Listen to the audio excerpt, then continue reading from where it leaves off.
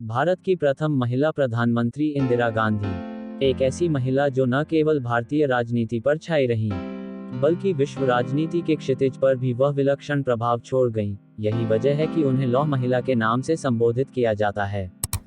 श्रीमती इंदिरा गांधी का जन्म नेहरू खानदान में हुआ था। वह भारत के प्रथम प्रधानमंत्री पंडित जवाहरलाल नेहरू की इकलौती पुत्री थीं। आज इंदिरा गांधी को सिर्फ इस कारण नहीं जाना जाता कि वह पंडित जवाहरलाल नेहरू की बेटी थीं, बल्कि इंदिरा गांधी अपनी प्रतिभा और राजनीतिक दृढ़ता के लिए विश्व राजनीति के इतिहास में हमेशा जानी जाती रहेंगी। आगे बढ़ने से पहले इस चैनल पर नए हैं तो चैनल को सब्सक्राइब करना ना भूलें और वीडियो को लाइक शेयर जरूर करें।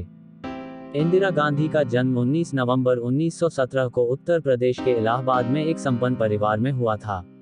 उनका पूरा नाम था इंदिरा प्रियदर्शिनी। उन्हें एक घरेलू नाम भी मिला था जो इंदिरा का संक्षिप्त रूप इंदु था। उनके पिता का नाम जवाहरलाल नेहरू और दादा का नाम मोतीलाल नेहरू था। पिता एवं दादा दोनों वकालत के पेशे से संबंधित थे और देश की स्वाधीनता में उनका महत्वपूर्ण योगदान था। माता का नाम कमला नेहरू था। इंदिरा जी का जन्म ऐसे परिवार में हुआ था जो आर्थिक एवं बौद्धिक दोनों दृष्टि से काफी संपन्न था। उनका इंदिरा नाम उनके दादा पंडित मोतीलाल नेहरू ने रखा था, जिसका मतलब होता है कांति, लक्ष्मी एवं शोभा। इस नाम के पीछे की वजह ये थी कि उनके दादाजी को लगता था कि पौत्री के रूप में उन्हें मां लक्ष्मी और दुर्गा की प्राप्ति हुई है। इंदिरा के अत्यंत प्रिय दिखने के कारण पंडित नेहरू उन्हें प्रियदर्शिनी के नाम से संबोधित किया करते थे। चूंकि जवाहरलाल नेहरू और कमला नेहरू स्वयं बेहद सुंदर तथा आकर्षक व्यक्तित्व के मालिक थे, इस कारण सुंदरता उन्हें अपने माता पिता से प्राप्त हुई थी। इंदिरा को उनका गांधी उपनाम फिरोज गांधी से विवाह के बाद मिला था। इंदिरा गांधी को बचपन में भी एक स्थिर पारिवारिक जीवन का अनुभव नहीं मिल पाया था। इसकी वजह ये थी कि 1936 में 18 वर्ष की उम्र में ही उनकी मां कमला नेहरू का तपेदिक के कारण एक लंबे संघर्ष के बाद निधन हो गया था और पिता हमेशा स्वतंत्रता आंदोलन में व्यस्त रहे। पंडित जवाहरलाल नेहरू शिक्षा का महत्व काफी अच्छी तरह समझते थे। यही कारण है कि उन्होंने पुत्री इंदिरा की प्राथमिक शिक्षा का प्रबंध घर पर ही कर दिया था। बाद में एक स्कूल में उनका दाखिला करवाया गया। 1934-35 में अपनी स्कूली शिक्षा पूरी करने के बाद इंदिरा ने शांतिनिकेतन में रवींद्रनाथ टैगोर के बनाए गए विश्व भारती विश्वविद्यालय में प्रवेश लिया। इसके बाद 1937 में उन्होंने ऑक्सफोर्ड में दाखिला लिया। बचपन से ही इंदिरा गांधी को पत्र पत्रिकाएं तथा पुस्तकें पढ़ने का बहुत शौक था, जो स्कूल के दिनों में भी जारी रहा। इसका एक फायदा उन्हें यह मिला कि उनके सामान्य ज्ञान की जानकारी सिर्फ किताबों तक ही सीमित नहीं रही, बल्कि उन्हें देश दुनिया का भी काफी ज्ञान हो गया और वह अभिव्यक्ति की कला में निपुण हो गईं। विद्यालय द्वारा आयोजित होने वाली वाद विवाद प्रतियोगिता में उनका कोई सानी नहीं था। बावजूद इसके वह हमेशा ही एक औसत दर्जे की विद्यार्थी रहीं। अंग्रेजी के अतिरिक्त अन्य विषयों में वह कोई विशेष दक्षता नहीं प्राप्त कर सकी, लेकिन अंग्रेजी भाषा पर उन्हें बहुत अच्छी पकड़ थी। इसकी वजह थी पिता पंडित नेहरू द्वारा उन्हें अंग्रेजी में लिखे गए लंबे लंबे पत्र। चूंकि पंडित नेहरू अंग्रेजी भाषा के इतने अच्छे ज्ञाता थे कि लॉर्ड माउंटबेटन की अंग्रेजी भी उनके सामने फीकी लगती थी। 1942 में इंदिरा गांधी का प्रेम विवाह फिरोज गांधी से हुआ। पारसी युवक फिरोज गांधी से इंदिरा की मुलाकात ऑक्सफोर्ड विश्वविद्यालय में ही पढ़ाई के दौरान हुई थी, जो उस समय लंदन स्कूल ऑफ इकोनॉमिक्स में अध्ययन कर रहे थे। बाद के दिनों में उन दोनों की मित्रता इस हद तक परवान चढ़ी कि उन्होंने विवाह करने का फैसला कर लिया और इंदिरा गांधी ने अपना यह विचार पंडित नेहरू के सामने रख दिया। लेकिन पंडित नेहरू इसके लिए तैयार नहीं हुए, क्योंकि उनका मानना था कि शादी सजातीय परिवार में ही होनी चाहिए। स्वयं उन्होंने भी अपने पिता पंडित मोतीलाल नेहरू का आदेश माना था।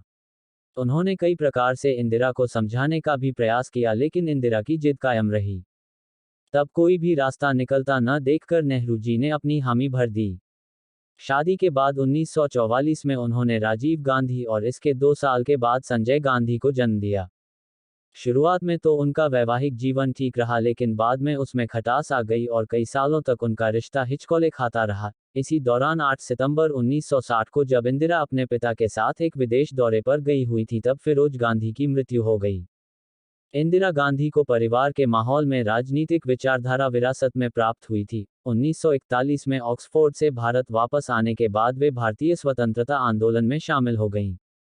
सन 1947 के भारत विभाजन के दौरान उन्होंने शरणार्थी शिविरों को संगठित करने तथा पाकिस्तान से आए लाखों शरणार्थियों के लिए चिकित्सा संबंधी देखभाल प्रदान करने में मदद की।